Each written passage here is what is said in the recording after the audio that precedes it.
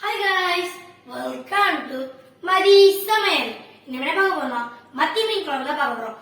வீடியோக்குள்ள போற முன்னாடி சேனல் புதுமை வராங்கன்னா லைக் பண்ணிடுங்க, ஷேர் பண்ணிடுங்க, சப்ஸ்கிரைப் பண்ணிடுங்க. இப்போ வாங்க வீடியோக்குள்ள போகலாம்.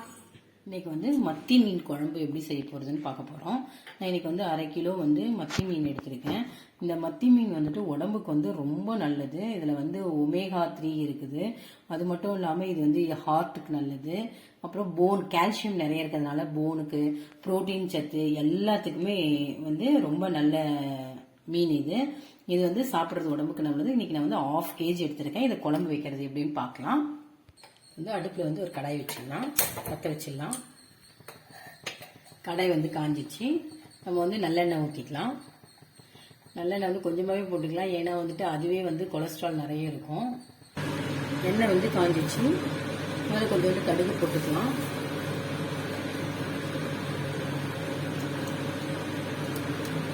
ரெண்டு ஜீரகம், கொஞ்சோண்டு சோம்பு, வெந்தயம் கொஞ்சம் நல்லா போட்டுக்கலாம்.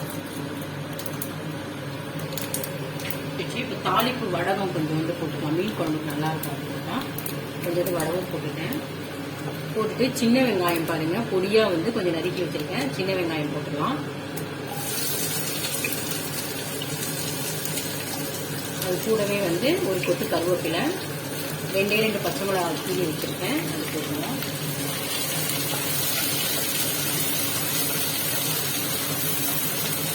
எல்லாமே நல்லா வதங்கட்டும். அப்புறம் ஒரு 4 பல்லு வந்து பூண்டு நச்சு வச்சிருக்கேன், அந்த பூண்டு போட்டுக்கலாம். இன்னும் கொஞ்சம் வதங்கட்டும் வெங்காயம். பாருங்க வெங்காயம் வந்து இப்போ நல்லா வதங்கிடுச்சு. வதங்கினோடனே நான் ஒரே ஒரு தக்காளியை வந்து பொடியாக கட் பண்ணி வச்சிருக்கேன். அந்த தக்காளியை வந்து ஆட் பண்ணிடலாம். தக்காளி ஆட் பண்ண உடனே இந்த குழம்புக்கு எவ்வளோ உப்பு தேவையோ அந்த உப்பை வந்து போட்டுடலாம். உப்பு போட்டுட்டு நல்லா ஒரு மிக்ஸ் கொடுத்துருங்க. தக்காளி நல்லா வதங்குற வரைக்கும் ஒரு தட்டு போட்டு மூடி வச்சிடலாம். தட்டை எடுத்துட்டு பார்ப்போம். பாருங்க தக்காளி நல்லா வெந்துடுச்சு. இந்த சமயத்தில் கொஞ்சம் மஞ்சள் போட்டுக்கலாம். நான் வந்து இன்னைக்கு குழம்பு மிளகாய் தூள் தான் போடுறேன். மிளகாய் தூள் போட்டுக்கலாம்.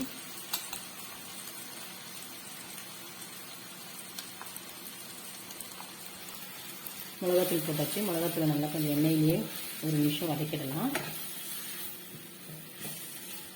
நான் பாருங்க ஒரு எலுமிச்சம் சைஸ் அளவுக்கு புளி ஊற வச்சிருக்கேன். இந்த புளியை வந்து இப்போ கரைச்சி அந்த வெங்காயத்தில் ஊற்றிடலாம். புளி ஊற்றிடலாம்.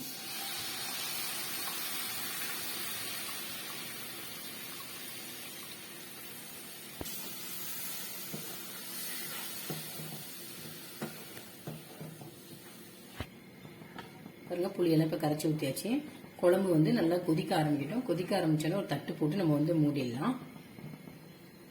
பாருங்க குழம்பு வந்து கொதிக்க ஆரம்பிச்சிடுச்சு. இந்த சமயத்தில் வந்து உப்பு காரம் செக் பண்ணிக்கோங்க, ஏதாவது கம்மியாக இருந்தால் போட்டுக்கலாம். இப்போ நம்ம வந்து ஒரு தட்டு போட்டு மூடி நல்லா கொதிக்கிட்டோம். மிளகாத்தூள் வாடெல்லாம் போட்டோம். குழம்பு நல்லா கொதிச்சிடுச்சு. இப்போ நம்ம திறந்து பார்க்கலாம்.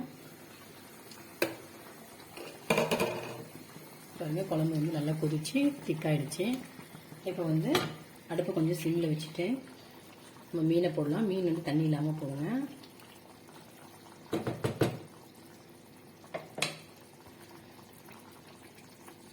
பாருங்க குழம்புல எல்லா மீனும் போட்டாச்சு. குழம்புல நல்லா மீனை அமைக்க விடுங்க.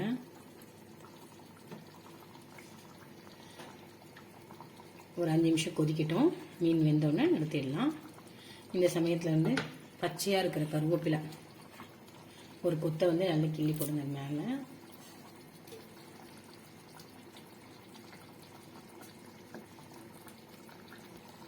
குழம்பு வந்து மீன்லாம் நல்லா இதுவாகிடுச்சு. 5 நிமிஷம் ஆயிடுச்சு.